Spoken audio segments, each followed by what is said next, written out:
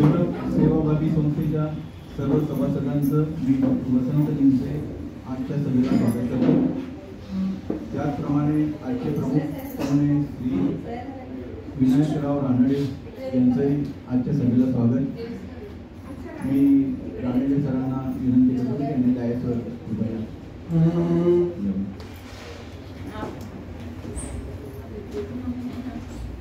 आजचा विषय आहे ग्रंथ तुमच्या दारी। मी डॉक्टर रवींद्र शिवदे सरांना विनंती करतो की त्यांनी आजची वाढदिवस। हॅलो, नमस्कार। आपली मागची सभा 4 मार्चला झाली। 5 मार्च पासून आजपर्यंत ज्यांनी वाढदिवस आणि लग्नाचे वाढदिवस साजरे केले त्यांचे नाव घेते मी। 9 मार्चला कल्पना माळोदे हिने तिचा जन्म वाढदिवस साजरा केला। कल्पना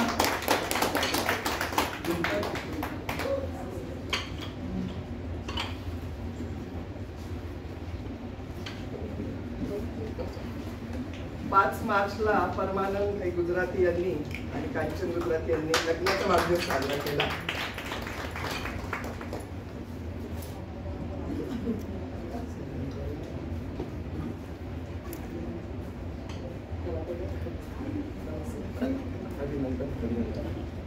आणि 16 मार्चला सुनीला सायकलकर, डॉक्टर सुनीला सायकलकर यांनी त्यांचा वाढदिवस साजरा केला। येत आहे का डॉक्टर?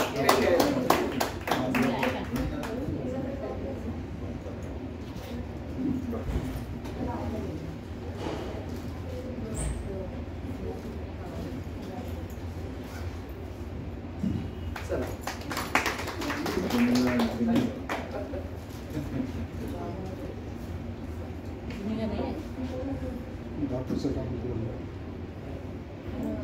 मी डॉक्टर रवींद्र शिवदे सरांना विनंती करतो की त्यांनी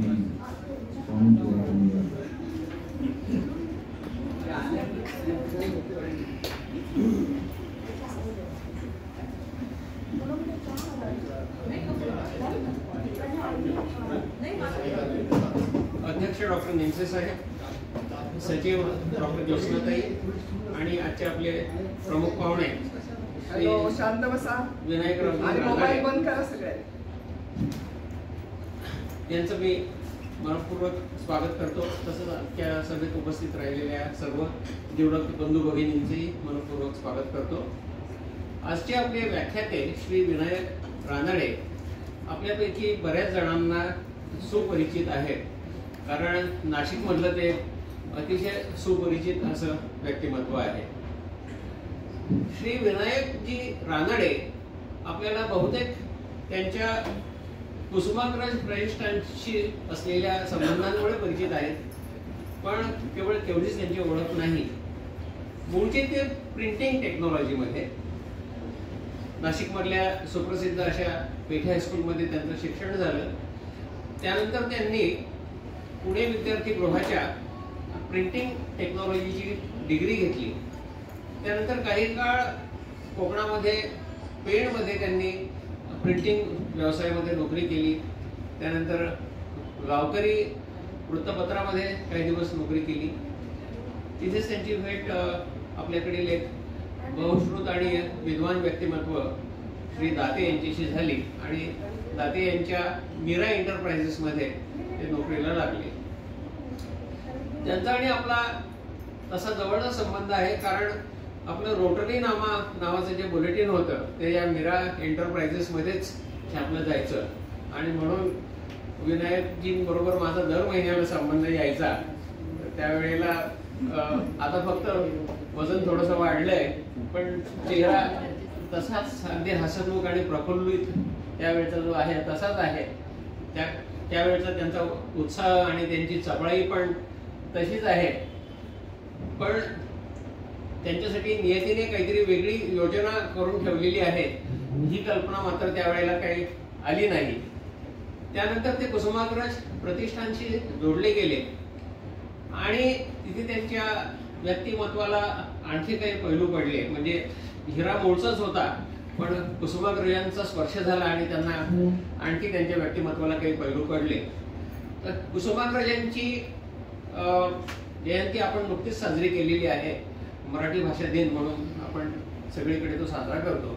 आणि कुसुमाग्रजांची खूप मोठी इच्छा होती की मराठी भाषेचा विकास व्हावा, मराठी वाङ्मय लोकांनी जास्तीत जास्त वाचावं, ही इच्छा ते नेहमी बोलून दाखवत. आणि मग कुसुमाग्रजांच्या नावाने आज जे प्रतिष्ठान उभं राहिलेलं आहे तिथे एक मोठं ग्रंथसंग्रहालय व्हावं अशी इच्छा मनात बाळगून त्या दृष्टीने विनायकजींनी प्रयत्न सुरू केले. आता पुस्तकं म्हटली म्हणजे त्याच्यासाठी निधीची आवश्यकता असते. आणि विनायकजींचं व्यक्तिमत्व असं आहे की निधी त्यांना कधीच कमतरता पडली नाही. काम जो चांगलं करत असतो, रोटरीमध्ये नेहमी म्हणत असतात की चांगलं काम तुम्ही सुरू केलं की निधी हा आपोआपच येत असतो. त्यांचे एक मित्र अनिल देशपांडे यांनी सुरुवातीला 15 लाखाचा निधी त्यांना सुपूर्द केला. त्यांचे आणखी काही मित्र त्यांनी सगळ्यांनी मिळून 5 लाख रुपये त्यांच्या हाती सोपवले आणि एक समृद्ध असं ग्रंथसंग्रहालय कुसुमाग्रज प्रतिष्ठानमध्ये उभं केलं. पण तेवढ्यावरच ते स्वस्त बसले नाहीत. त्यांना जाणवलं की इथे जरी खूप मोठं ग्रंथसंग्रहालय उभं राहिलं आणि 2-3 किलोमीटरच्या परिसरातली जी मंडळी आहेत ते सगळेजण या ग्रंथालयाचा चांगला लाभ घेत आहेत, परंतु अनेक वाचक असे आहेत की त्यांच्यापर्यंत हे ग्रंथ पोहोचत नाहीत. त्याला अनेक कारणं आहेत. वयोमानाप्रमाणे ग्रंथालयात जायला जमत नाही, वेळ नसतो किंवा इतर काही व्याप असतात, त्याच्यामुळे लोकांना ग्रंथालयापर्यंत पोहोचता येत नाही. मग इंग्रजीमध्ये जी म्हण आहे की Mohammed does not go to the mountain, mountain should go to Mohammed. तर त्याचप्रमाणे त्यांनी तुम्ही जर ग्रंथालयात येत नाही तर ग्रंथ तुमच्या दारात येतील अशी संकल्पना त्यांनी राबवली. आणि मला वाटतं जगामध्ये फार थोड्या ठिकाणी अशा प्रकारची संकल्पना ही राबवलेली आहे की ग्रंथ हे वाचकाच्या दारात जातात. आणि ही सुरुवातीला अगदी छोट्या प्रमाणावर, गंगा म्हटली तरी तिचं मूळ खूप लहानच असतं, त्याप्रमाणे ही अतिशय छोट्या प्रमाणावर ही संकल्पना सुरू झाली. आणि फक्त एक 100 पुस्तकांची एक पेटी आणि एक 35 वाचकांचा गट आणि 3-4 महिन्यांनी ती पेटी बदलायची, म्हणजे ती पुस्तकं त्या वाचकाला नवीन नवीन मिळत राहतात आणि त्या पेट्या फिरत राहतात. मुख्य म्हणजे ही सगळी जी सुविधा होती ही पूर्णपणे विनामूल्य होती. त्यामुळे लोक या योजनेकडे आकर्षित झाले आणि मग या योजनेचा प्रचंड असा विस्तार झाला ज्याची आपण कल्पना देखील करू शकत नाही. आज या ग्रंथ तुमच्या दारी या योजनेमध्ये आणि ग्रंथालयामध्ये जवळजवळ 3 कोटी मूल्य असलेली पुस्तकं आहेत. आता हे काही एका दिवसात उभं राहिलेलं काम नाही आहे आणि एका व्यक्तीचे काम नाही असं स्वतःच ते विनायकाने सांगतात. पण नाव जरी विनायक असलं आणि विनय अंगात भरपूर भरलेला असला तरी ही संकल्पना आणि त्याच्यासाठी जे भगीरथ परिश्रम घेतलेले आहेत ते त्यांचे स्वतःचेच आहेत. जवळजवळ 4.5 लाख किलोमीटर त्यांनी प्रवास केलेला आहे ह्या योजनेचा प्रसार करण्यासाठी. ते कुठे कुठे गेलेले नाही, संपूर्ण भारत त्यांनी पालथा घातलेला आहे. आणि केवळ मराठीतच नव्हे तर इतर भाषांमध्ये देखील आता ही योजना सुरू झालेली आहे. एवढंच नव्हे तर ते 7 समुद्र पार दुबईमध्ये पोहोचलेले आहेत, तिथे देखील हे ग्रंथ तुमच्या दारी ही योजना आता सुरू झालेली आहे. या योजनेला नंतर मग अनेक, जसा वृक्ष वाढतो त्याच्या फांद्या वाढत जातात तसं त्याचा अनेक प्रकारे विस्तार झाला. म्हणजे ग्रंथालय, ग्रंथ तुमच्या दारी ही मूळ योजना, त्याच्यानंतर तुमचं स्वतःचं ग्रंथालय, त्याच्यामध्ये पुस्तकांची अदलाबदल, त्याच्यानंतर अंध व्यक्तींसाठी बोलकी पुस्तकं. आता त्याबद्दल मी विशेष काही सांगण्यापेक्षा त्यांच्या तोंडूनच ते ऐकलेलं योग्य ठरेल, तर त्यांना मी विनंती करतो की कृपया व्याख्यानाला सुरुवात करा. विशेष म्हणजे हा जो 4.5 लाख किलोमीटर प्रवास झाला त्यासाठी संस्थेचा पैसा त्यांनी वापरलेला नाही. देणगी रूपाने जी रक्कम आली ती फक्त पुस्तकं खरेदी करण्यासाठी वापरलेली आहे आणि हा सगळा खर्च प्रवासाचा वगैरे त्यांनी स्वतः केलेला आहे.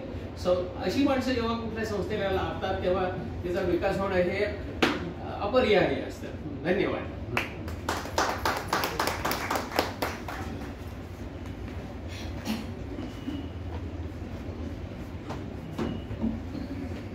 नमस्कार. मला असं वाटतं डॉक्टर अजून तुम्ही 2-3 वाक्य बोलले असते तर मला धन्यवाद एवढंच म्हणायला लागलं.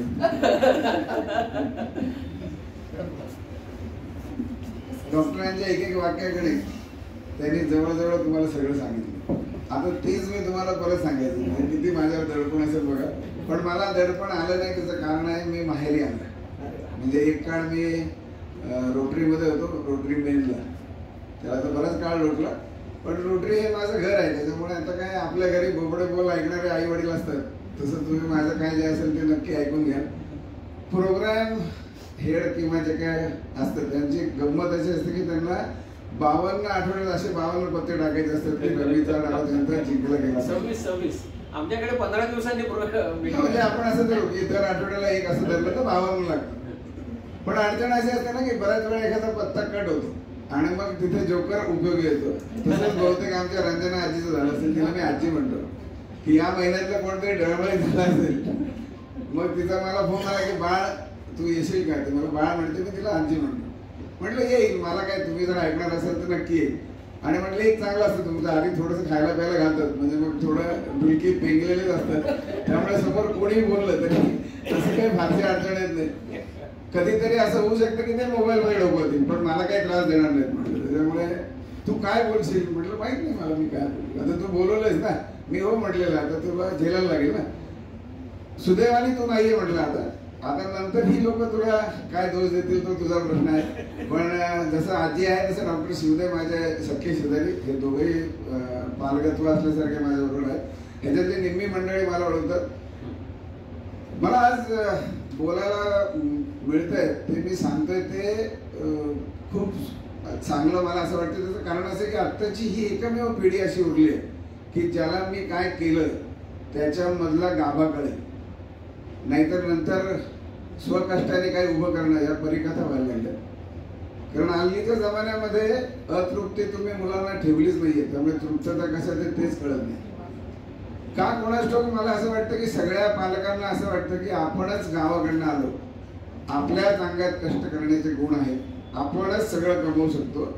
आणि दुर्दैवाने आपलं रक्त असलं तरी आपल्या पुढच्या पिढीमध्ये ते कर्तृत्व नक्की नसेल याची या पिढीला इतकी खात्री झालेली आहे की त्या मुलासाठी, त्या नातवासाठी, कारण मुलगा ना करताय म्हटल्यानंतर नातू पण तसंच निघेल, असं 7-8 पिढ्यांसाठी झटत ही पिढी आता पुढे जायला लागली आहे. त्यामुळे मुलांना नवनिर्मिती, त्याचा आनंद या गोष्टीमध्ये रसच नाहीये. कारण नेहमी न मिळणारी गोष्ट मिळाल्याशिवाय आनंद मिळत नाही. त्यामुळे जर तृप्ती कशात असेल तर पहिले त्याच्यासाठी अतृप्ती पाहिजे.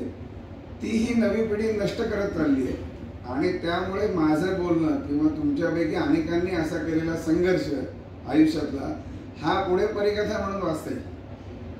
कारण अडचण अशी आहे की मुलांना फक्त मुलंच काढून ठेवत नाही आपण, आता तेवढेच फक्त बाकी राहिले, तेवढीच त्यांची निर्मिती आहे.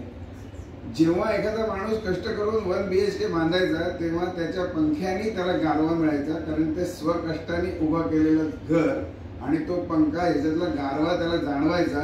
कारण अनेक आयुष्यात होरपळून तो निघालेला असायचा. आता मी बघतो की भोसलाम मिलिटरीमध्ये मुलांना आणून ठेवतात तर त्याची आई त्याचा बेड इतका चांगला लावून देते, तर मी त्यांना असं म्हणतो की तुम्ही आज एक दिवस लावाल, उद्या तो मुलगा काय करेल. म्हणजे बाहेर जी अडचण आली आहे, हल्ली जे आपण ज्याला फ्रस्ट्रेशन म्हणतो ते फ्रस्ट्रेशन निर्माण करण्याचं कामच आपण करतोय. कारण आपली सगळी पिढी, आपल्या नव्या पिढीला मोठं करायचं म्हणजे हे फक्त संपत्ती असलेल्या फुटपट्टीवर मोजायला सुरुवात केली आहे. आपण लहानपणापासून मुलांना, मला असं म्हणायचं की काहीतरी मागते करतो अशा हाताचे बनवून. म्हणजे लहानपणापासून तू पहिले मार्क घेऊन ये, मग डिग्री घेऊन ये, मग मेडल घेऊन ये, मग चांगली नोकरी घेऊन ये, मग चांगला पैसा घेऊन ये, मग सगळं चांगलं घेऊन ये, देऊन ये, असं कधी आपण मुलांना शिकवलं नाही. सुदैवाने तुम्ही आणि तुमच्या आधीची पिढी 70ला किंवा 80ला जरी तुम्ही बघितली तरी तुकतुकीत दिसते, कारण त्यांचा देता हात होता. आणि आताच्या येणाऱ्या पिढीचा सगळा घेता हात आहे. त्यामुळे ह्या घेता हाताच्या माणसांना सुख सुद्धा घेता येत नाही, कारण ते त्यांना दुसऱ्याने द्यावं असं वाटत असतं. जे स्वतःमध्ये आहे ते त्यांना सापडत नाही, कारण मागायची सवय झालेली आहे. वाचन संपलं का? तर मला असं वाटतं वाचन अजिबात संपलं नाही. मुलांना आपण ते वाचायला लावतो ज्याचं मार्कात रूपांतर करता येईल. आपण ते वाचतो ज्याचं पैशात रूपांतर करता येईल.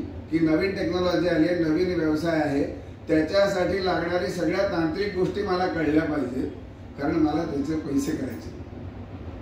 सुदैवाने कुसुमाग्रजांच्या बरोबर सहवास लाभला होता, त्यामुळे सुख हे पैशातच असतं असं न मानणाऱ्या माणसांमध्ये वावरायला मिळालं. माझी परिस्थिती बेताची. वडील HL ला सर्व्हिसला होते, त्याच्या आधी मिलिटरीमध्ये होते, एक सर्व्हिसमॅन. लहानपणी त्यांचे वडील गेल्यामुळे आत्याने त्यांना वाढवलं आणि माझी आत्या आणि आजी एकाच वेळेत शाळेत 10वी झाल्या, म्हणजे त्या काळाची मॅट्रिक. कारण मुलांना शिकवायचं तर आजी त्या काळात शिकली. त्यामुळे वडिलांमध्ये जे जे निर्माण केलं ते त्यांनी स्वतः इथे आल्यानंतर वाचवून केलं.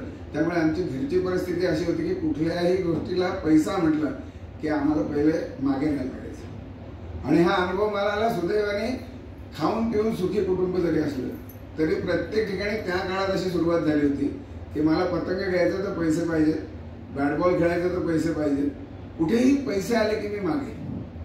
आणि धाक प्रचंड. असं छान बालपण गेलं. बालपण इतकं धाकात होतं की पहिल्यांदा त्या काळात पद्धत होती, माहित नाही मला, आता तसं करता येत नाही. घरी आले की पहिले मारायचेच मुलं, म्हणजे तो काही बोलला की, म्हणजे आपण काही बोलायच्या आत पहिले मार बसायचा. आणि वडिलांचा हात एक सर्व्हिसमॅन असल्यामुळे तो हात किती चांगला आहे मला खूप दिवस दिसायचे. पण ती एक मनात धाकधूक होती. आणि साधारणतः 80% 90% मार्क मला मिळायचे. पण ते कुठेतरी दरवेळेस नापास, 35 मार्क नाही मिळाले तर होणार ही भीती, आणि कुठेतरी दबल्यासारखं मला वाटायचं. पण वडिलांचं चुकलं का तर मला असं वाटतं वडिलांचं अजिबात चुकलं नाही. पण मला नाशिक सोडायची इच्छा आहे. काहीतरी करून आपल्याला बाहेर जायचं. 10वीला फुल पॅन्ट दिली नाही. मी गाडगे क्लासला होतो. तुम्हाला तर माझी कोचंपणा कळत असेल. एक तर आमच्या पेठेमध्ये मुली नाही, त्याच्यात क्लासमध्येच फक्त मुली, आणि क्लासची ऍडमिशन 80%च्या पुढे असली तरच व्हायची. त्यामुळे ती कशी कशी ऍडमिशन. आणि एकच लेडीज सायकल आमच्याकडे होती, कारण बहीण आणि मी दोघांना वापरता यावी म्हणून वडिलांनी तशी घेतली होती. लेडीज सायकल हाफ पॅन्टने मी जेव्हा क्लासला जायचो तेव्हा सगळेजण हसायचे. आधीच उंची छोटी, त्यात असं सगळं. आणि मी वडिलांना फुल पॅन्ट मागितली तर त्यांना कॉलेजला गेल्याशिवाय मिळाली नाही, म्हणून त्यांनी सांगितलं की मी 10वी झाल्याशिवाय देणार नाही. त्यांच्यावर राग काढायचा म्हणून मी अभ्यास केला नाही, ज्याचे दुष्परिणाम मी आज भोगतोय. कारण मला मार्क माझ्याकरता मिळवायचे होते, त्यांच्याकरता मिळवायचे नव्हते. पण तेव्हा वडील आणि मुलगा असा संवाद कधी नव्हता जो आता मुलं करतात. आणि आता तर ते मुलं वडिलांना शिकवतात की काय करायला पाहिजे. माझी दुर्दैवी पिढी आहे. माझं सगळं बालपण आई वडिलांना घाबरण्यात गेलं आणि आता मुलाला आणि सुनेला घाबरण्यात आलं. म्हणजे आता उलटा. म्हणून मला 10वी नंतर कुठेतरी जायचं असं ठरलं. त्या काळात वडिलांवरती रागावून मार्क कमी मिळाल्यामुळे 73% 10वीला मिळाले. आणि घरी पैसे नव्हते, त्यामुळे प्रायव्हेट डिप्लोमा वगैरे मला शक्य नव्हतं. मग कोणीतरी असं सांगितलं की बाहेर कुठे जायचं तर पैसे लागतील. मग वडिलांनी मला RYK कॉलेजला टाकलं. 73% म्हणजे तेव्हा सायन्स होतं. तिथे जायला यायला सायकलवर लांब पडतं आणि बसचे पैसे नाहीत, म्हणून मला पंचवटी कॉलेजला टाकलं. कारण आमच्या द्वारकापासून ते जवळ होतं. पण माझ्या मनात ते पक्क होतं की आपल्याला नाशिकच सोडायचं. आणि माझं सगळं जे आयुष्य आहे अपघातांवरती अवलंबून पहिल्यापासून झालं. लहानपणी जेव्हा मी काम करायचो, शाळेमध्ये जायचो, आणि मग माझे जे छंद असायचे ते जोपासायचे कसे, मग माझ्या एक लक्षात आलं की पैसा मिळत नसला तरी मिळवता येऊ शकतो. मग 25 पतंग आणायचे, सोसायटीत विकायचं नाही, एक पतंग आपला. काल निर्णय आणायचं, काल निर्णय विकायचं, शेवग्याच्या शेंगा विकायच्या घरातल्या जाऊन. मी कालिकेचे उदबत्ते पण जाऊन विकले. आणि मला तेव्हा एक कळलं की मिळवायचं आपल्याला असतं, मागायचं नसतं. त्यामुळे आपल्याला पुढे काहीतरी नक्की करता येईल ही उर्मी वडिलांनी दिली. त्या काळात जर त्यांनी इकडून तिकडून कर्ज काढून माझ्या हाऊस भागवले असतील तर मला नाही वाटत की माझ्या काही करण्याची उर्मी शिल्लक राहिली असते. मी हे सगळं बोलतोय, हे माझं म्हणून बोलत नाहीये, तर आत्ताच्या पिढीचं प्रतिनिधित्व अशा पद्धतीने बोलतोय. कारण आपण आत्ता टेक्नॉलॉजीने कुठून कोणाशी बोलू शकतो, पण आता आपण स्वतःशी बोलायला आपल्याकडे वेळ नाही. मुलांशी बोलायला तसा वेळ नाही, सगळ्या व्यावहारिक गोष्टी असतात. मला चांगली खात्री आहे की माझ्या फोनमध्ये असलेले सगळे नंबर ज्याला आपण फ्रेंड म्हणतो ते फ्रेंड वगैरे काही नसतं. मला ज्याची गरज पुढे पडणार आहे तेवढेच नंबर आपण सेव्ह करतो. म्हणजे ही प्रवृत्ती खूप गोकाळत चालली आहे. आणि ती प्रवृत्ती नसतानाच्या काळात माझा जन्म झाला. आणि कुठेतरी जायचं, मग प्रिंटिंग डिप्लोमा पुण्याला आणत मिळतो म्हणून आमची रवानगी पुण्याला करण्यात आली आणि मला खूप आनंद झाला. पुढे काय करायचं तर एक साधारण नाशिकला सिक्युरिटी प्रेस आहे तिथे चिकटतात असं कळलं होतं की डिप्लोमा झालं. पण तेही कळलं की रामराडे आडनाव असल्यामुळे आपल्याला तसं पण स्कोप नाहीये, कारण तिथे चिकटायचं असेल तर आई वडील कोणतरी आधीच तिथे पाहिजे. मग ते रिटायर झाले की त्यांच्या जागेवर जाता येतं. पण मला नोकरी लागावं न लागावं मला नाशिक सोडायचा आनंद नक्की मिळाला. अनाथ विद्यार्थीगृह मगाशी मी डॉक्टरांना सांगितलं होतं, ते म्हणे आता अनाथ नाहीये. म्हटलं अनाथ तेव्हाही नव्हतं, पण लोकांना म्हणण्याची खूप प्रवृत्ती होती की अनाथ विद्यार्थीगृह. मला त्याचा अनुभव यायचा, कारण आम्ही जेवायला बसायचो तेव्हा बोर्ड लावलेला असायचा की कैलासवासी विनायक रानडे यांच्या स्मरणार्थ जिलबी. आणि ती संस्था इतकी ग्रेट होती की ते एक जण यायचे ताट वाढत जिलबी वाढून जायचे, ते फळ्यावरचं नाव पुसायचे, रानडेच्या जागी लिहिले. कोणी का गेले तरी एका जिलबीवरती ते 5-6 जणांच्याकडनं देणगी घेऊ शकले. पण मला तेव्हा पण मला हा प्रश्न पडायचा की वडील तेव्हा मला 100 रुपये पाठवायचे आणि 90 रुपये माझा हॉस्टेलचा खर्च होता. तिथे राहणं जेवण खाणं 10 रुपयामध्ये काहीच व्हायचं नाही. पण मग मी तेव्हा तुम्हाला आता माहिती की मेलर येतो आपल्याकडे, म्हणजे आयडियाचं बिल येतं, पर्सनली नाव टाकून डिव्हिडंड येतो, अमुक येतो. तर तशी सिस्टीम टेक्नॉलॉजी नव्हती, तर ती पाकिटं भरायचं काम आम्हाला मिळायचं हॉस्टेलला. आणि मग ती पाकिटं आम्ही 2-3 जणांची टीम करून एकाने घडी मारायची, एकाने भरायचं आणि मग 100-200 रुपये मिळायचे. त्या काळातली सुखाची कल्पना माझी अशी होती की बादशाहीला जेवण केलं, एक मसाला पान खाल्लं आणि सिनेमा बघितला. मग सिनेमा म्हणजे एरवी कुठला बघायचा तर मॉर्निंग, जो सगळ्यात स्वस्त. मग मॉर्निंगच्या जे मॅटिंगला गेलं तर जरा जास्त चांगलं, आणि मग रेग्युलर. एकदा जास्त पैसे मिळाल्यावर आम्ही एकाच टॉकीजला मॉर्निंग मॅटिंग आणि रेग्युलर बघून बाहेर पडलो. तर त्या दिवशी आम्हाला वाटलं की आयुष्यामधला सगळा आनंद मी उपभोगला. असे ते दिवस होते. कसं बसं शिक्षण संपलं आणि मग परत नाशिकला यायची इच्छा, पर्याय नव्हता, त्यामुळे यायला लागलं. पुढे काय, आणि तेवढ्यामध्ये मला पेणमध्ये नोकरी लागली. पेणच्या एका कंपनीमध्ये मी नोकरी म्हणून पेणला गेलो. पेणला काय माहित नाही मला, पण मला निसर्ग आवडतो. मी आधी कंपनी बघायला गेलो आणि तेव्हा कर्नाळा अभयारण्यातनं मला जायला मिळालं. पावसाळा नुकता संपला होता, त्यामुळे त्या हिरव्यागार वनराईतनं गागोदर म्हणून एक गाव आहे विनोबा भावांचं, तुम्हाला माहिती असेल तर, पेणच्या जवळ आहे. तर पेण पासून काही अंतरावर असलेल्या वरसई मध्ये ती कंपनी होती आणि ते एका टेकडीवर एकच कंपनी होती. बाजूला गागोदर गाव आणि नदी होती. तर म्हटलं जाऊ दे, त्या कंपनीत आपल्याला काय करायला मिळेल, तर घराबाहेर राहायला मिळेल. मग मी पेणमध्ये 1.5 वर्ष वास्तव्य केले. या 1.5 वर्षामध्ये माणुसकीचा एक चांगला नमुना मला बघायला मिळाला, ज्यांचं नाव आहे टिळकाजी. ते या टिळकाजी तिथल्या प्रतिष्ठित व्यक्तिमत्व होतं. त्या आजी खाष्ट म्हणायचे त्यांना. तर मी जेव्हा तिथे गेलो तेव्हा माझं ओळखीचं कोणी नव्हतं आणि पैसे तर नव्हतेच माझ्याकडे, एक बळकटी होती फक्त. पण या कंपनीमध्ये भावे नावाचे 2 जण एकाच घरातल्या कुटुंबातले राहिलेत, हे मी कंपनी बघायला गेलो तेव्हा कळलं होतं. त्यांनी एवढंच मला सांगितलं की आता आमच्याकडे इंजिनिअरिंग कॉलेज सुरू झालंय आणि सगळ्या मुंबईच्या धनिकांची मुलं आमच्याकडे इथे शिकायला आहेत, कारण त्यांना पेण मुंबई जवळ पडतं. त्यामुळे आमच्याकडे कोणाहीकडे खाट, आता कॉट शिल्लक नाहीये, सगळ्यांच्याकडे मेस सुरू आहे. तुला कशी खोली मिळेल माहित नाही, पण काही अडचण आली तर पहिले तू माझ्या घरी उतर. तेवढ्या निमंत्रणावर तो नसताना त्याच्या घरी जाऊन मी डबोला टाकलं. त्याच्या आईने मला जेवायला दिलं. 3-4 दिवस तिथेच मुक्काम केला आणि खोल्या शोधत होतो. शेवटी असं कळलं की या आजींच्याकडे खोली आहे, पण ते तुला देणार नाही, ते फार डेंजर आहे. तर मी म्हटलं ठीक आहे ना, देणार नाही, भेटायला काय आलं. तर म्हणे आम्ही येणार नाही, कारण आमचे आई वडील त्यांच्या शाळेमध्ये शिक्षक आहेत, त्यांच्या ट्रस्टी आहे, त्यामुळे आमचं नाव सांगायचं नाही. म्हटलं बरं. त्यांनी मला त्या वाड्यापाशी सोडलं. मला वाडा अजूनही डोळ्यापुढे आहे. त्या वाड्याची मोठी दिंडी, त्या दिंडीच्या आतमधून गेल्यानंतर एक मोठा हॉल, जेव्हा पडवी म्हणतो, त्या पडवीमध्ये एक झोपाळा आणि मागे एका खुर्चीवर एक कडक अशी मस्त आजी बसली होती. ते तेज टिळक नावाचं जे होतं ते झोपाळ्यावर.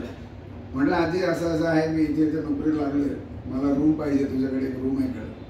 तिने माझी सगळी चौकशी वगैरे केली आणि तिने मला सांगितलं की इतकं डिपॉझिट तुला द्यायला लागेल आणि एवढं भाडं द्यायला लागेल.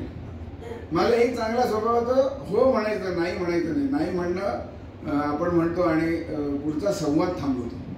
म्हटलं हो आजी. मग ती म्हणे फक्त एकच कर. तिने मला खोलीत नेलं, एक कडी काढली, वर एक कुलूप होतं.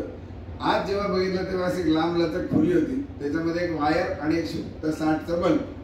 तर मला म्हणे तुझं उद्या सकाळी तुझं कुलूप आणि तुझा बल्ब आणायचा आणि घेऊन जायचं. म्हटलं हो आजी. हो म्हणाल काय प्रश्न. आणि मी रात्री झोपलो. आता प्रश्न असा होता की माझ्याकडे पैसे नव्हते, उद्या कुलूप बिलूप म्हटलं नंतर बघू काय करायचं. तर छान झोपलो. सकाळी एकदम आवाज आला, विनायक. म्हटलं बापरे, ही म्हातारी आताच ते कुलूप काढून घेते की काय. तर म्हटलं काय आजी, तर म्हणे चहा ठेवलाय बघा. म्हटलं चला. मग आम्ही चहा प्यायला गेलो तिथे. मग त्याच्यानंतर रोजचं सुरू झालं, विनायक म्हणजे मला चहाला मिळणार. मग एक दिवस आजीने विचारलं कुलूप आणि त्याचं काय झालं. म्हटलं आजी पगार झाला. मग तिने जे डिपॉझिट मागितलं होतं तिला मी उलटी कोकली टाकली की मी तुला दर महिन्याला काही रक्कम डिपॉझिट म्हणून देईल आणि काही रक्कम भाड्याची देईल. कारण आता वडिलांकडे पैसे असते तर मी शिकायला बाहेर गेलोच नसतो. तिला ते पटलं आणि हो आजी करत काही दिवसांनी हळूहळू मला उकडतंय, पंखा नाही, पगार झाल्यावर घ्यायचा, असं करता करता तिच्या पडवीत पंख्याखाली झोपायला सुरुवात केली.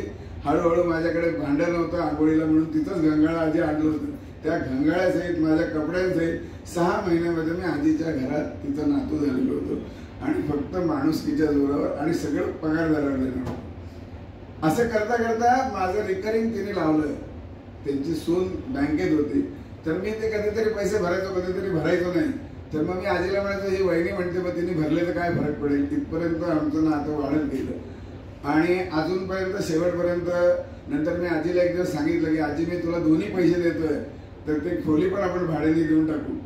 त्या घरामध्ये माझं वास्तव्य झालं. ती खोली भाड्याने गेली आणि मला एक अख्खं कुटुंब जवळ करायला मिळालं. मी पैसे साठवत नाही त्याचं आजीला खूप दुःख व्हायचं. मग असं ठरलं की देवावरती एक पूर्वी तुम्ही तुमच्याकडे माहिती असेल तर रांगोळीसाठी अल्युमिनियमचा एक डबा असायचा.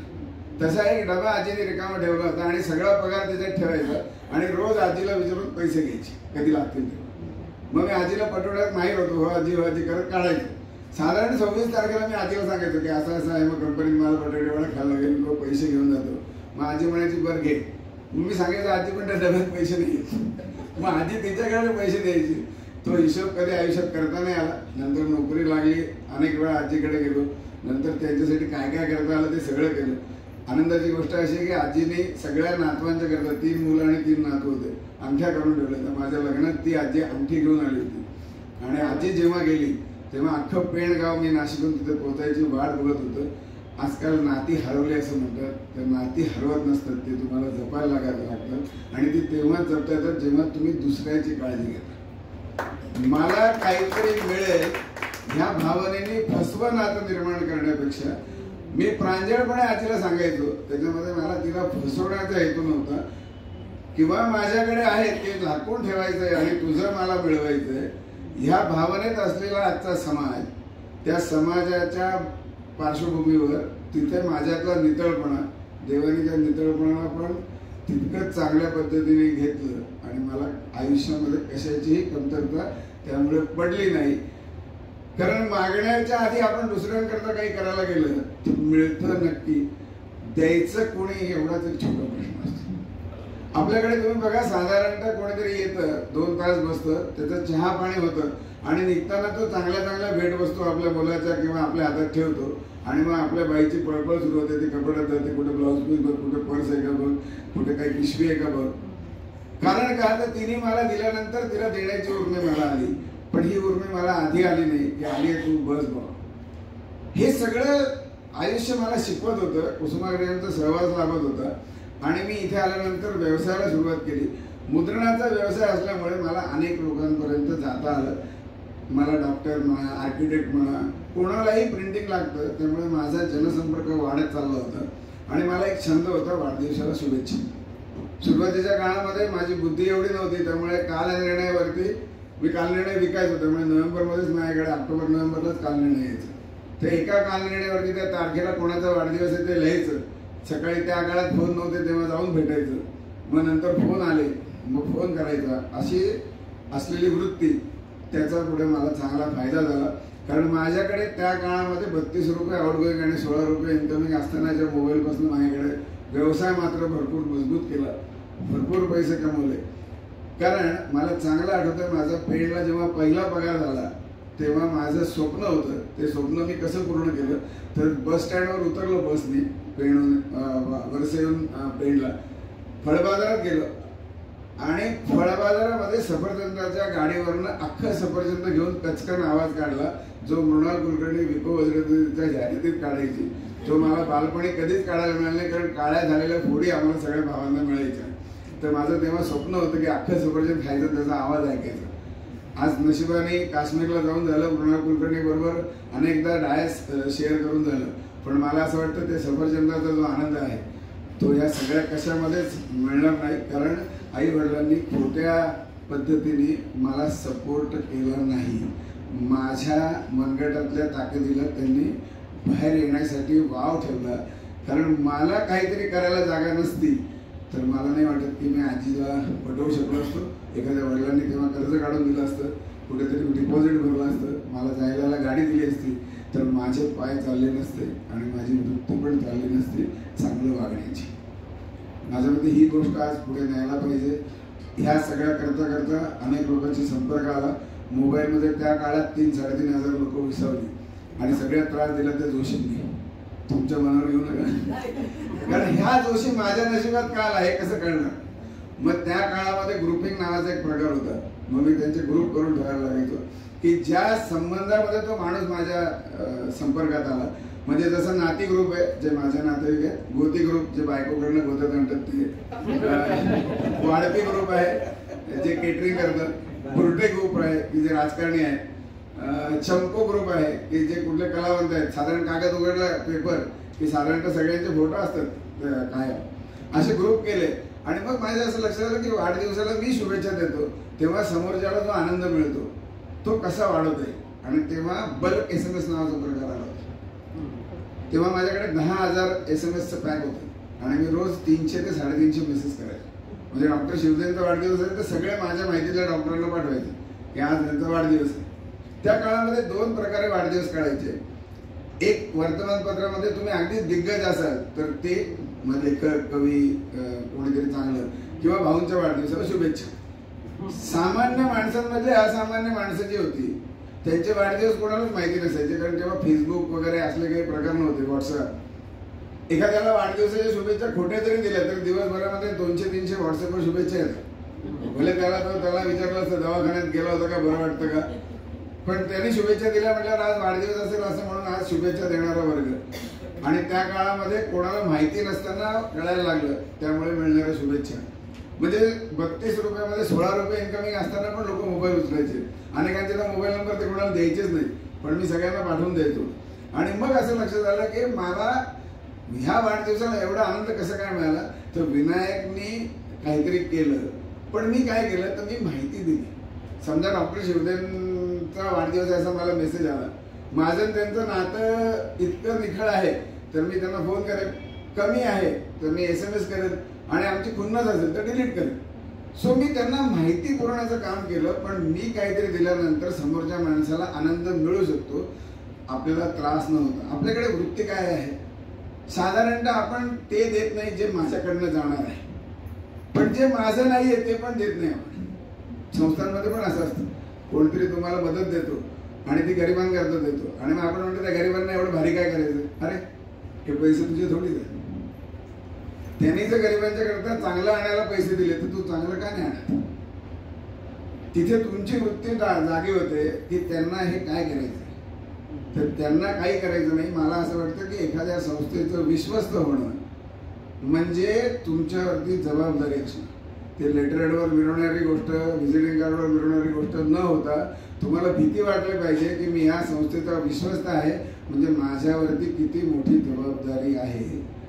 कारण विश्वस्त म्हणजे आळवाच्या पानासारखं पाहिजे, जे समाज देईल ते तुमच्या अंगाला न लागता निसर्गात परत गेलं पाहिजे.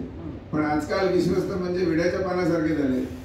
ते सगळं भरून घेतात, ते तोमरा स्वतःच्या तोंडात टाकतात आणि गावभर वैचारिक पिंका मारत फिरतात. कारण विश्वस्तपण म्हणजे काय हे त्यांना अजून उमगलेलंच नाही. आणि मग हे करता करता तो वाढदिवसाच्या शुभेच्छा झाल्या, सगळं झालं, व्यवसाय चांगला चालला होता, पुढे लग्न झालं. वर्षानुवर्ष राहिलेल्या सगळ्या इच्छा तृप्त करता येईल इतका पैसा होता. आजीकडे नेहमी गेले की आजी ओरडायची, एवढं का आणलं. आजीला एकच वाक्य सांगितलं होतं, आजी तुझ्या आशीर्वादाने डबा रिकामा राहत नाही आता. मग पुढे 4 चाकी आली, सगळं आलं, व्यवसाय चांगला चालला होता, माणसं वाढत होती. 3,500च्या पुढे लोकसंग्रह वाढत होता. कुसुमाग्रजांशी चांगला सहवास होता. कुसुमाग्रज माझ्या लग्नाला पण भावना तेच घेऊन आले होते. म्हणजे चांगली माणसं जवळनं बघत होतो, माणसं वाचत होतो. आणि एक दिवस एक छोटा अपघात झाला. मुंबईहून नाशिकला येत असताना सकाळी 7 वाजता ट्रक आणि कार, त्याच्यात कार चालवणारा गेला आणि मी 1.5 वर्ष बिछाण्यावर काढ. 1.5 वर्षामध्ये एक चांगली गोष्ट घडली. त्या काळात मी स्मार्ट नव्हतो, फोनही स्मार्ट नव्हता, त्यामुळे छत बघता बघता स्वतःशी बोलायला वेळ मिळाला. काय बोललो असेल स्वतःशी? पहिली गोष्ट माझी अशी लक्षात आली की जे मी करतो, मुलाला सायकल दिली, मुलाला मोटरसायकल दिली, बायकोला पैठणी आणून दिली, आईला दागिना केला, तर हे करण्यामध्ये मला आनंद नाहीये, ते मी केलं याची मगरुरी जास्त आहे. मग माझ्यातला मी काढला पाहिजे. दुसरं, संपत्ती करता जी झटतोय आपण, त्या संपत्तीने आयुष्य जर विकत घेता आलं असतं तर जो मित्र दगावला त्याच्या आई वडिलांनी कुठूनही पैसे उभे करून आयुष्यात त्याचं विकत घेतलं असतं. म्हणजे जर तुम्हाला पैशाने सगळं घेता येत नाही, याचा अर्थ अशी काहीतरी गोष्ट आहे की जी पैशाच्या पलीकडे आहे, आणि ती जर आशीर्वाद असेल तर ते चांगलं काम केल्याशिवाय मिळणार नाही. मी शिवदेनकडे गेलो, शिवदे सर मला हे 2000 घ्या, चांगला आशीर्वाद देतो, त्याला आशीर्वाद नाही म्हणा. त्यामुळे हे करायला पाहिजे. म्हणजे पहिले मी जे करतोय त्याच्यामुळे सगळं चालतंय, माझ्यामुळे घर चालतंय, माझ्यामुळे बायकोला असं मिळतंय, हा मी काढला पाहिजे. पैशाने सगळं घेता येत नाही. आणि तिसरी गोष्ट लक्षात आली की त्या काळात माझ्या घरी जेवढे कोणी यायचे त्या प्रत्येकाकडनं माझ्या अपेक्षांची फुलस्केपच्या फुलस्केप तयार व्हायची. बायकोने हे केलं पाहिजे, समाजाने हे केलं पाहिजे, हे ते केलं पाहिजे. एक दिवस असा विचार केला की त्याच्या अगेन्स्ट आपण त्यांच्यासाठी काय करायचं, तर मला व्हिजिटिंग कार्ड मोठं वाटलं. त्या दिवशी एक निर्णय घेऊन टाकला की इथून पुढे आयुष्यामध्ये संचिताच्या मागे लागायचं नाही, कारण निसर्गात कुठेच संचितासाठी काही करत नाही. निसर्ग काय सांगतो, मला असं वाटतं तुम्हाला जगायचं असेल तर उत्तम वाचन हे निसर्गाचं आहे. ज्याला निसर्ग वाचता आला त्यांनी नंतर माणूस वाचावा, आणि निसर्ग आणि माणूस हे कसा वाचता यायचा हे समजलं नाही तर पुस्तकांकडे जावं. कारण जिथे माणूस वाचता आला तिथे माणूस पण टिकायला फायदा होतो, जिथे निसर्ग वाचता आला. कारण असं जर झालं तर बाजूला आंब्याचं झाड आहे, त्याच्या बाजूला नारळाचं झाड आहे आणि खाली मोगरा आहे, तर मोगरा असा कधीच विचार करत नाही की मी नारळ एवढा उंच होईल. त्याला स्पर्धा नसते, कारण त्याच्यातलं मोगरे पण त्याने जपलेलं असतं. तो जर उद्या नारळ एवढा उंच होत गेला तर एवढ्या वरची फुलं घेणार कोण, त्याचा आस्वाद घेणार कोण. त्यामुळे तुम्ही तुमच्यातले जे आहात ते तुम्ही फुलले पाहिजेत, फळले पाहिजेत, आणि निरपेक्ष भावाने समाजाला काहीतरी दिलं गेलं पाहिजे. हे तुम्हाला निसर्ग शिकवतो, तो तुम्हाला साठवून ठेवायला शिकत नाही. एक उंटाकडे सोडलं तर पाणी साठवण्यासारखं दुसरं कोणाकडे काही नाही. आणि माणूस काय करत चालला, माणूस आपल्याला हवंय का नकोय माहित नाही, जे मिळेल ते आण, जे मिळेल ते आण, जे मिळेल ते आण, आणि त्याचं संचित करत चालला. ज्या दिवशी अपघात झाला तेव्हा माझ्या लक्षात आलं की आपल्या आत्ताची जी पिढी आहे ती इथून दिल्लीपर्यंत स्ट्रीट लाईट लावत जाते. ती लावेच तर दिल्लीला जायचं तर त्याचं निधन होतं, त्याचा मुलगा पटकन गाडी काढून दिल्लीला निघून जातो. पण तू जाईस तर तुझ्या गाडीला जे लॅम्प आहेत ते पुढचं 10 फुटाचं अंतर तुला दाखवणार आहेत, घाबरतो कशासाठी? संचित हवा ना, किती प्रमाणात हवं आणि कशासाठी हवं? कारण जे मला पाहिजे त्याची यादी संपत नाही. ज्या दिवशी माणूस विल करायला बसतो तेव्हा त्याला कळतं की माझ्याकडे काय आहे. कारण आयुष्य सगळं माझ्याकडे काय नाही हे बघण्यातच गेलेलं असतं. आणि मग आयुष्याच्या संध्याकाळी आपल्या लक्षात येतं की आपल्याकडे खूप सारं काही आहे. आणि मग तेव्हा आपल्याला नियती एक गोष्ट सांगते की बाळ, तुला जे वाटत होतं की तू या सगळ्या संपत्तीचा मालक आहे, तर तू या संपत्तीचा मालक नाही, तू रखवालदार आहे. फक्त तुझ्याकडे सिक्युरिटीचा युनिफॉर्म नाहीये. तू हे संचित जपत आलाय कारण याचा लाभ दुसराच घेणार आहे. तुम्ही बँकेमध्ये 500 रुपये जरी ठेवले तरी नॉमिनी विचारतात, तेवढं बँकेला हे माहिती असतं की सही झाल्या सुद्धा जाऊ शकतो. मग मी कधी जाणार आहे हे माहीत नसलेल्या गोष्टींचं, त्यामुळे मला ते पहिल्या दिवसापासून या सगळ्या अपघातांचं लक्ष झालं की माझ्याकडे कुठली संपत्ती आहे जी मी व्यय करू शकतो, जी मी खर्च करू शकतो. The money I spend is the only money I have. आणि मग जगण्याचा दृष्टिकोन बदलत गेला, काहीतरी करायचं. पण माझी बायको हाऊसवाईफ आहे, म्हणजे मी हौसेने करून आणली होती, त्यामुळे तिला डावलून चालणार नव्हतं. मुलगा होता, आई वडील, आम्ही 6 जण घरी राहतो. वडील आता ठकठकीत 90 वर्ष वय आहे. तर तिला एकच सांगितलं की इथून पुढे आयुष्यामध्ये मी जे करेल, आत्ताच आपलं राहणीमान जे आहे त्याला धक्का लागू देणार नाही. पण मी कुठे जातो, काय करतो, मी समाजासाठी काय करतो हे विचारायचं नाही. तुला हे सगळं मिळेल याची बेगमी मी 3 दिवस करेल आणि 4 दिवस मी समाजासाठी काहीतरी करेल. समाजसेवा मनात आल्यानंतर पहिले लक्षात आले ते नगरसेवक कोण आहे. मग त्याला समाजसेवा म्हणता येईल का? समाजसेवेच्या नावाखाली स्वतःमधली प्रगती करायची. मग काय करायला पाहिजे? मग तिथे कुसुमाग्रजांचा सहवास का नाही आला की त्या काळामध्ये पैसे नाहीत म्हणून कोणाची प्रगती थांबली नव्हती. कारण अनेक वित्त संस्था होत्या. लोकांमध्ये आरोग्याविषयी जागरूकता निर्माण झाली होती. जॉगिंग ट्रॅक खुलत चालले होते. डाएट काय घ्यायचं याचं काळजी घेतली जात होती. सगळं भरपूर होतं तरी काहीतरी नव्हतं आणि ते होतं सामाजिक स्वास्थ्य. माझ्या मुलाला अपघात झाला तर मला असं वाटायचं की सगळ्या गाड्या थांबल्या पाहिजेत, माझ्या मुलाला उचलून नेलं पाहिजे. पण मला जाताना जर एखादा असं झालेला अपघात दिसला तर माझी फ्लाईट मिस होईल म्हणून मी त्यांना डावलून पुढे जाणार.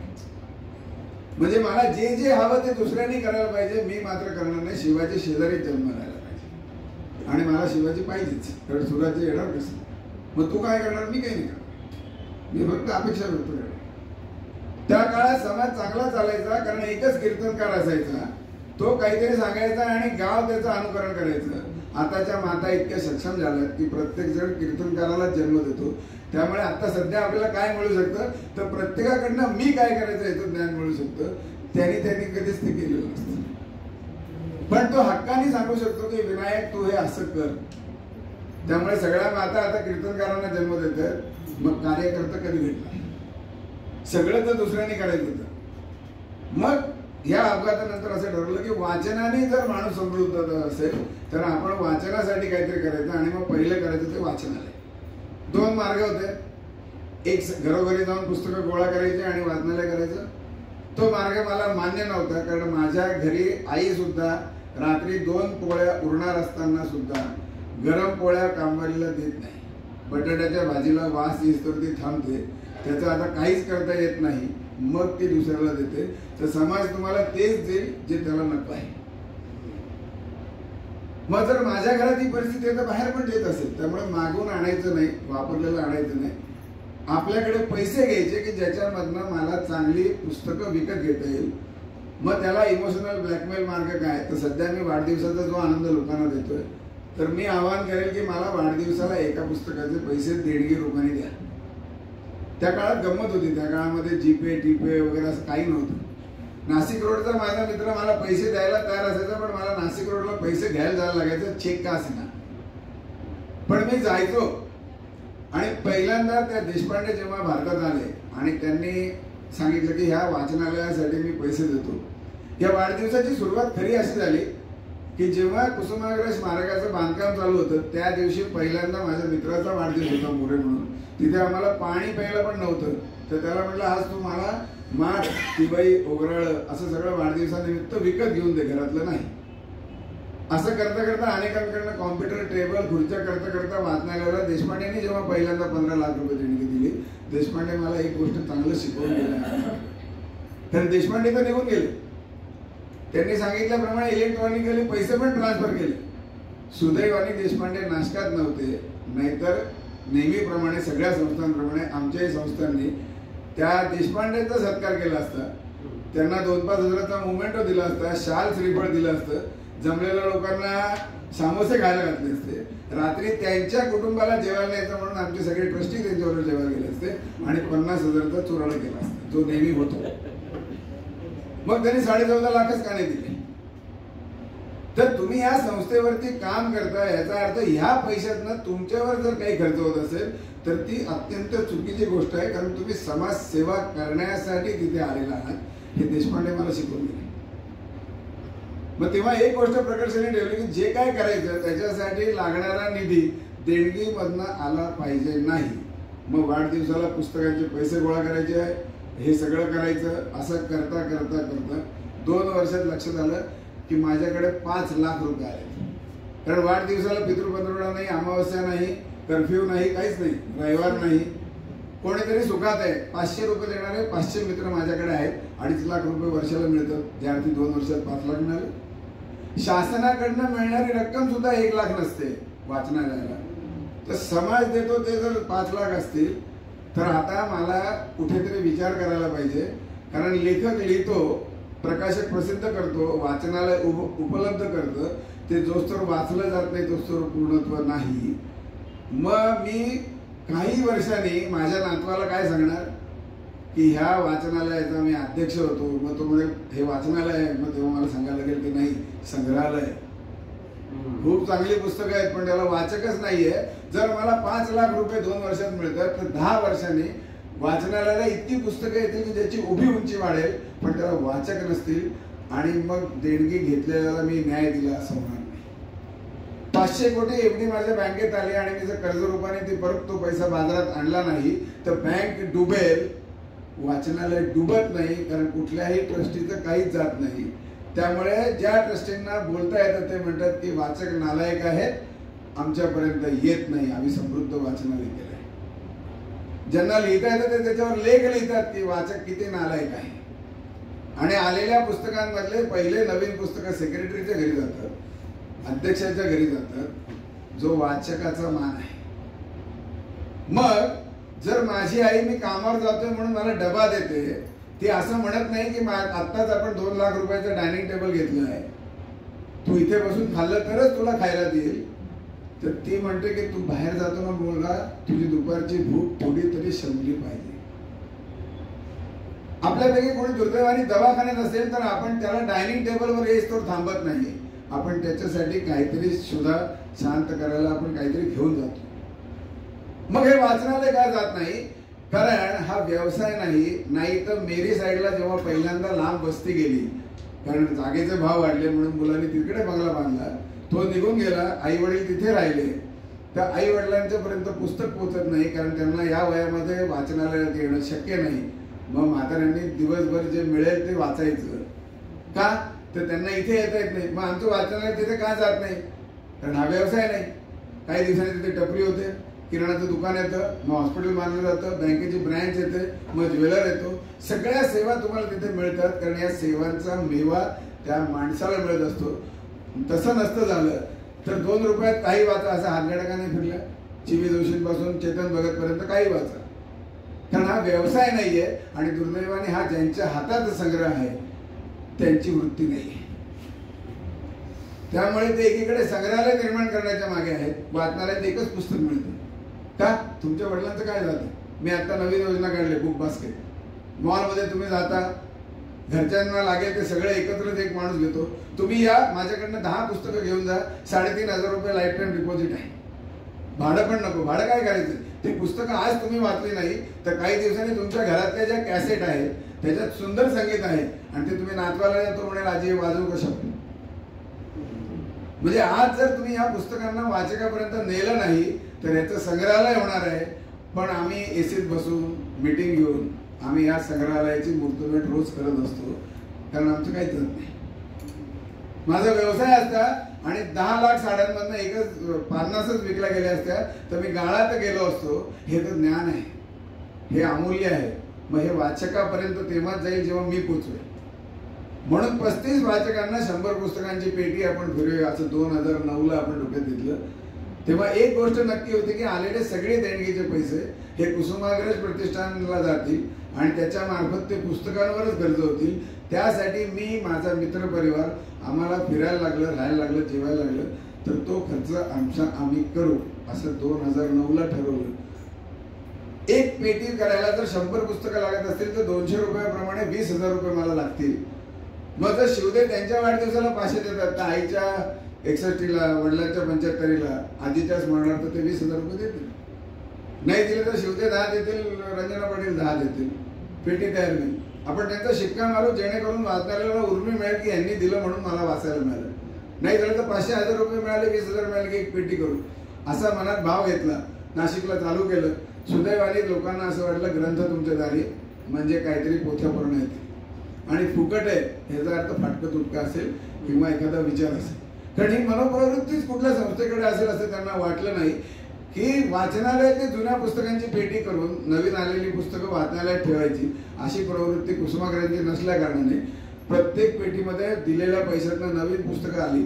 नवीन पुस्तकांच्या पेट्या आल्या 1000 रुपयाचे, 500 रुपयाचे, 700 रुपयाचे, छावापासून मृत्युंजयपासून सगळी पुस्तकं कोणी करकरीत वाचकाच्या हातात द्यायला लागली.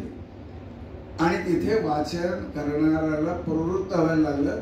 कारण लग्नाला ती बायको जेव्हा नटून थटून येते ना, ती नंतर एखादीच अशी असते हेमा मालिनीसारखी की जे मेंटेन राहते.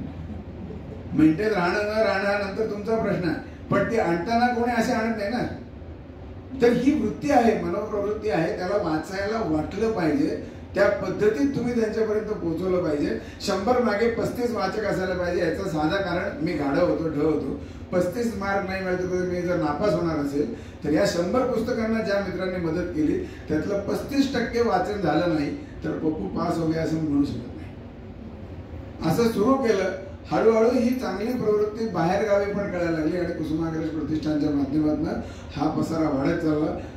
पूर्ण महाराष्ट्र, दिल्ली, गुजरात, कर्नाटक, तामिळनाडू असं करता करता 10 वर्षापूर्वी दुबईमध्ये आपण पहिल्यांदा पुस्तक घेऊन गेलो.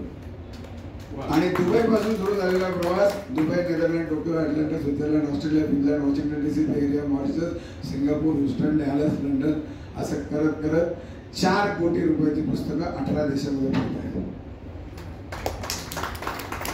या सगळ्यासाठी पूर्ण प्रवास, राहणं, जेवण, खाण या सगळ्याचा एकही रुपया कुसुमाग्रज प्रतिष्ठानचा नाही. कुठेही आमच्या बरोबर कुठलाही विश्वस्त येत नाही. फक्त मागच्या एकदा लोकेश शेवडे आला होता दुबईला. कारण स्वतःच्या पैशाने जायचं ही कल्पनाच कोणाला मान्य नाही. आणि मला ही कल्पना मान्य होत नाही की देणगी त्यांनी दिलेली आहे ती माझ्या फिरण्यासाठी दिलेली नाही. त्यामुळे मला जेवढं झेपलं, जेवढं जमलं तेवढं अजूनही सातत्याने करतं. थोड्या अण्णांसाठी बोलकी पुस्तकं आली, लहान मुलांच्या भेटी आल्या. आपल्या भेटी जेलमध्ये पण आहेत, आधार आश्रमामध्ये पण आहेत. जिथे मराठी वाचक तिथे मराठी पुस्तक पोचलं पाहिजे. मी रात्री 2-3 पर्यंत परदेशातल्या लोकांशी बोलतो, तिथला संपर्क काढतो. कारण मला ही खात्री आहे जर आपल्या मुलाला, आई किंवा मुलीला, सुनेला जगाच्या कानाकोपऱ्यात लोणचं पाठवू शकत असेल तर मी वाचकाला पुस्तक नक्की पाठवू शकतो. हा काहीच अवघड नाही. मी जेव्हा हा परिवार मानतो, मला परदेशात एकाने विचारलं होतं या माझ्याकडे पेटे आल्यात ते बदलतात तिथे, या वाचून संपल्यावर काय करायचं. साधी गोष्ट आहे म्हटलं. जवळचा अजून एखादा असाच भाग बघायचा, त्यांना द्यायचं. म्हटलं हो. माझ्या आईकडे पाळणा होता पण 2 बाळंतपण झाल्यावर तिने मावशीला दिला. पाळणा आहे म्हणून ती बाळंत नाही होत. कारण तुम्ही द्यायला शिकलं पाहिजे. पुस्तकं वाचण्यासाठी आहे. कारण माझ्या ज्या मित्रांनी मदत केली त्यांनी असं नाही सांगितलं की ते मला वाचायला आणून द्या. द्यायला शिका. मला असं वाटतं नवीन पिढीने देता हात जरी हातात घेतला तर समृद्ध व्हायला वेळ लागणार नाही. या सगळ्या प्रवासामध्ये संपत्ती तर मी जवळ नाही करू शकलो, पण नाशकामध्ये सगळ्यात समृद्ध माणूस मी आहे. आज 16,500 नेटवर्क आहे माझं माणसांचं. आणि लिफ्टवाल्यापासून, लिफ्टमन पासून ते राजापर्यंत कुणी मला वरती नाही. कारण सगळ्यांमध्ये माणूस आहे. आणि मी माणसं जोडत गेलो, कामासाठी नाती जोडली नाही. नाशिकला माझं 350 कुटुंबांचं एक माझं ग्रंथालय म्हणून आहे. 70 डॉक्टर आहेत त्याच्यामध्ये. अट फक्त मी ठरवायची कोणाला घ्यायचं. कारण मला संपत्ती नाही पाहिजे, मला त्यातला माणूस पाहिजे. आणि अशी 350 कुटुंब आम्ही दर 3 ते 4 महिन्यांनी भेटतो. प्रत्येकाकडे 25 पुस्तकाची एक बॅग आहे. त्या बॅग येतात. त्या बॅग एकमेकांमध्ये आदला बदल होते. माणसांना जोडली जातात. मे महिन्यात एक साधा उपक्रम असतो माझा. 9:30 रात्री गंगेवरती पॉट आईस्क्रीम खायला थांबायचं. भाषण नाही, माईक नाही, काही नाही. साधारण 250-300 रुपये म्हणतात. नॉस्टॅल्जिया असतो, एकमेकांना भेटतात. कारण मी कुठे का जायचं ह्याच्या मागे कोणाचं तरी स्वार्थ आहे, पक्का असतं. त्यामुळे माणसांना भेटायलाच लागतात. तुम्हाला या हॉटेलमध्ये तुम्हाला दुपारी जेवण आहे, बायकोला घेऊन या म्हणजे मला हा कुठेतरी स्कीम गळ्यात मारणार. कारण काहीही फ्री नाही, कुठलीही गोष्ट फ्री नाही. आज मी तुमच्याकडे आलो चहा प्यायला, मला फ्री आहे पण त्याचे पैसे संस्थेने भरले. त्यामुळे आयुष्यात काहीतरी फ्री मिळतं याच्यासाठी मागे धावणारी जी लोक आहेत ना, काहीच फ्री नाही. हा फ्री काय असेल तर प्रेम आहे. तुम्ही द्यायला शिका. किमान स्वतःचं नाही ते तरी नक्की द्या. बऱ्याचशा गोष्टी आपण अशा करत नाही की साधं कौतुक नाही आपण करू शकत.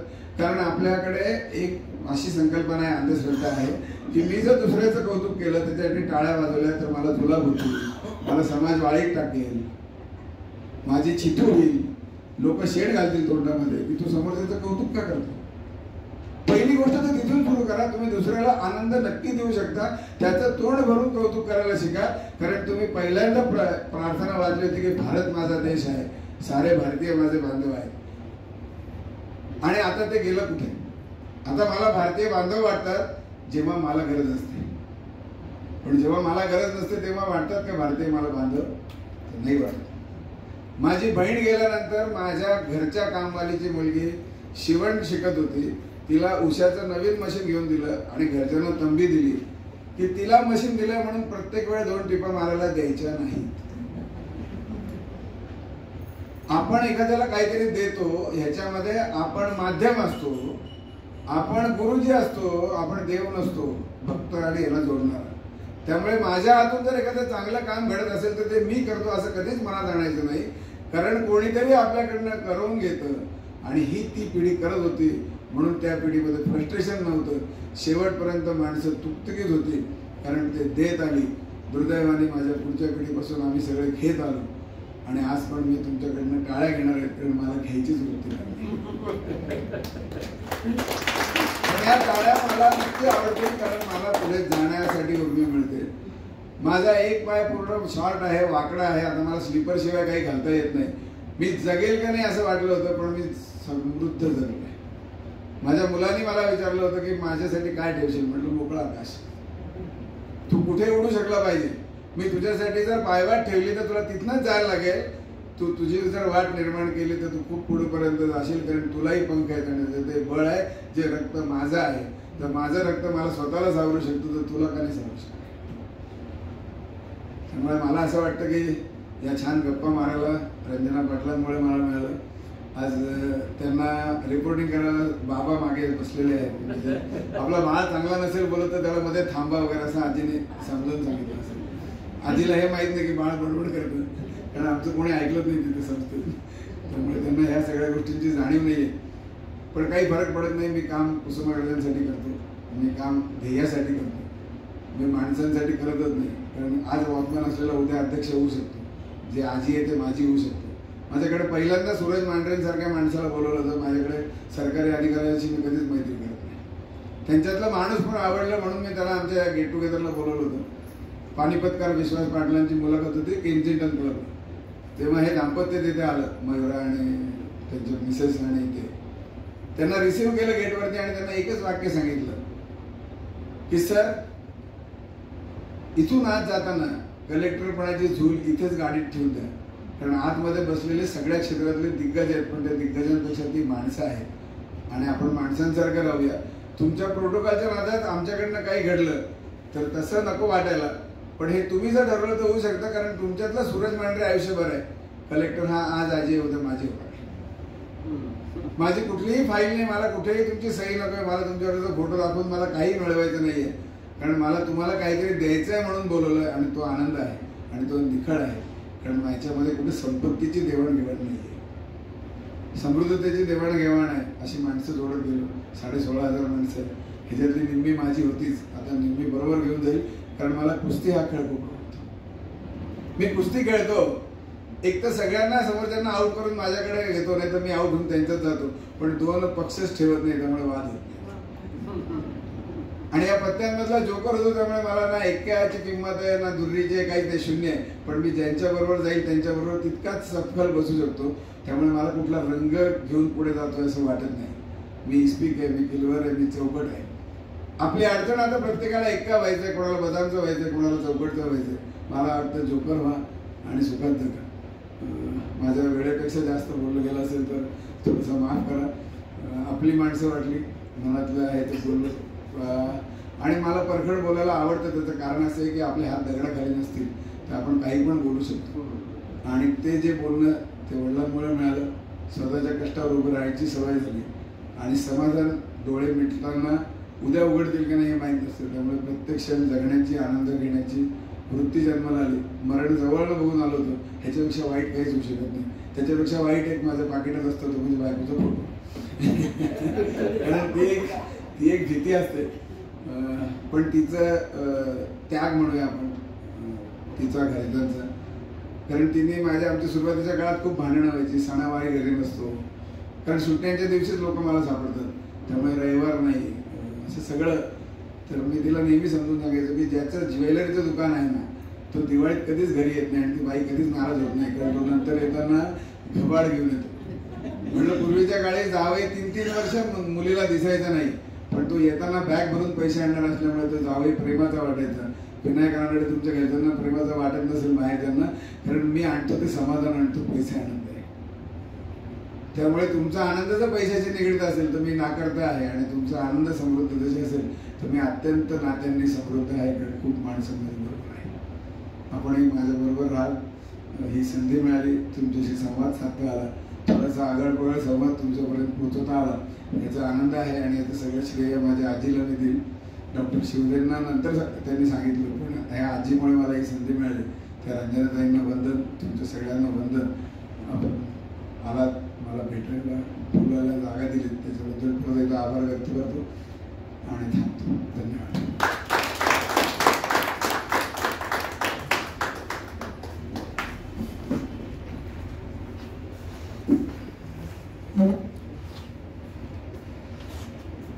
जास्त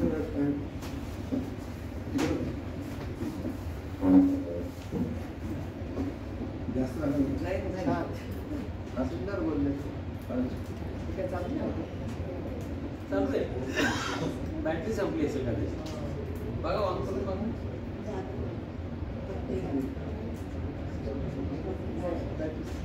तिकडून बोला. बोलतंय का?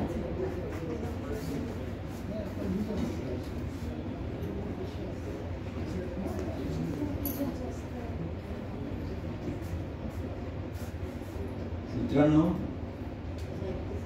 श्री विनायक रानडे सरांनी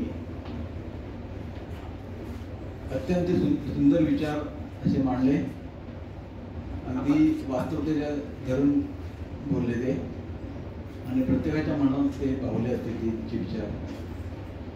त्याबद्दल मी त्यांचं अभिनंदन करतो आणि टाळ्याच्या गडगडात आणि सर्वप्रथम त्यांना विनंती करतो की त्यांनी आभार प्रदर्शन करावं.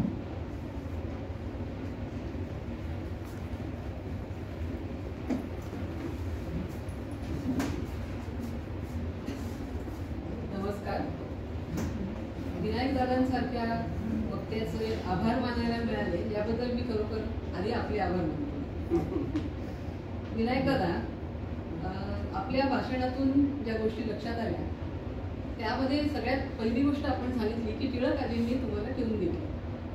टिळक आजींनी तुम्हाला त्यावेळेला जे ठेवून घेतलं त्यावेळेला ते तुम्हाला ओळखलं म्हणूनच ठेवून घेतलं. तुमच्यातला प्रामाणिकपणा, निखालसपणा, त्याच्यासारखी खाष्ट आजी तिथे बसून तिने अनेक पिढ्या पाहिल्या असतील आणि ती बरोबर माणसं ओळखत असेल आणि म्हणून तिने तुम्हाला ओळखलं आणि म्हणून तिने तुम्हाला ठेवून घेतलं. तुमच्यातला जो निखालस प्रामाणिक माणूस होता त्या माणसाला तिने ओळखलं, त्याला पुरायची संधी दिली, त्याला अनेक प्रकारे व्यवहार शिकवण्याचा सुद्धा तिने प्रयत्न केला, तो एक डबा देऊन म्हणा किंवा अनेक कुठल्या तरी प्रकारे. तर तो सगळा प्रकार तुम्ही आत्मसात केला. याबद्दल खरोखर तिनेच तुमचे आभार मानले असतील की मी एकाला घडवलं आणि ते तुम्हाला आयुष्यभर पुरलं. आपण आज इथे आलात, आम्हाला जे काही सांगितलं आमच्यापैकी अनेकांनी कुसुमाग्रजांनाही पाहिलंय. तुम्ही सांगितल्यानंतर मला आठवले तात्या, ज्या वेळेला मी यशवंती कॉलेजला होते आणि तुम्ही जे एक वाक्य तुमच्या भाषणात सांगितलं की जिथे कमी तिथे आम्ही, जिथे कमी पडेल काही तिथे आम्ही.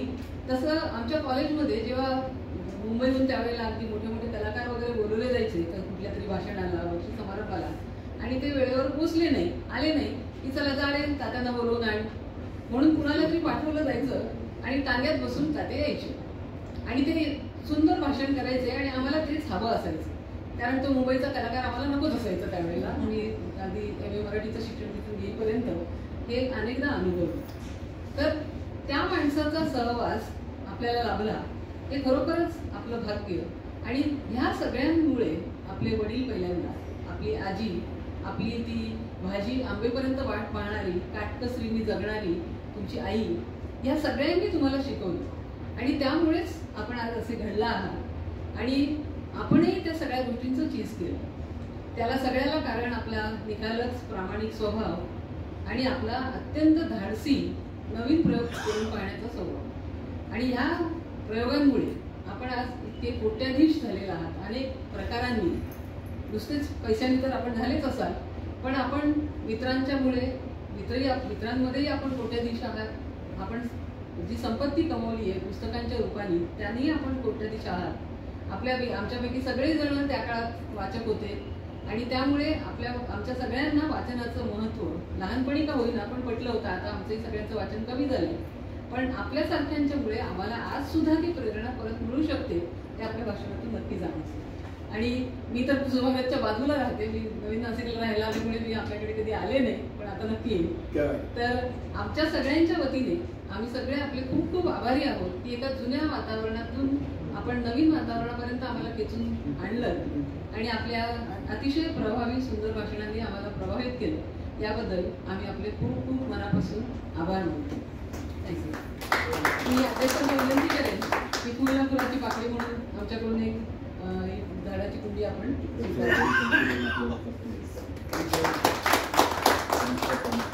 आपण एक काम करू, मी प्रातिनिधिक नमस्कार करतो म्हणजे मग सगळ्यांना मिळालं असं. आयुष्यात मोठं व्हायचं असेल तर वाकायला शिकलं पाहिजे. मी तुम्हाला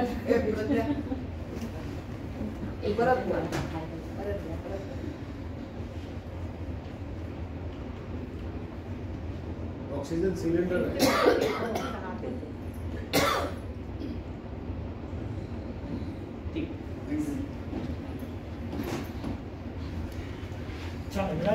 सभा संपलेली आहे.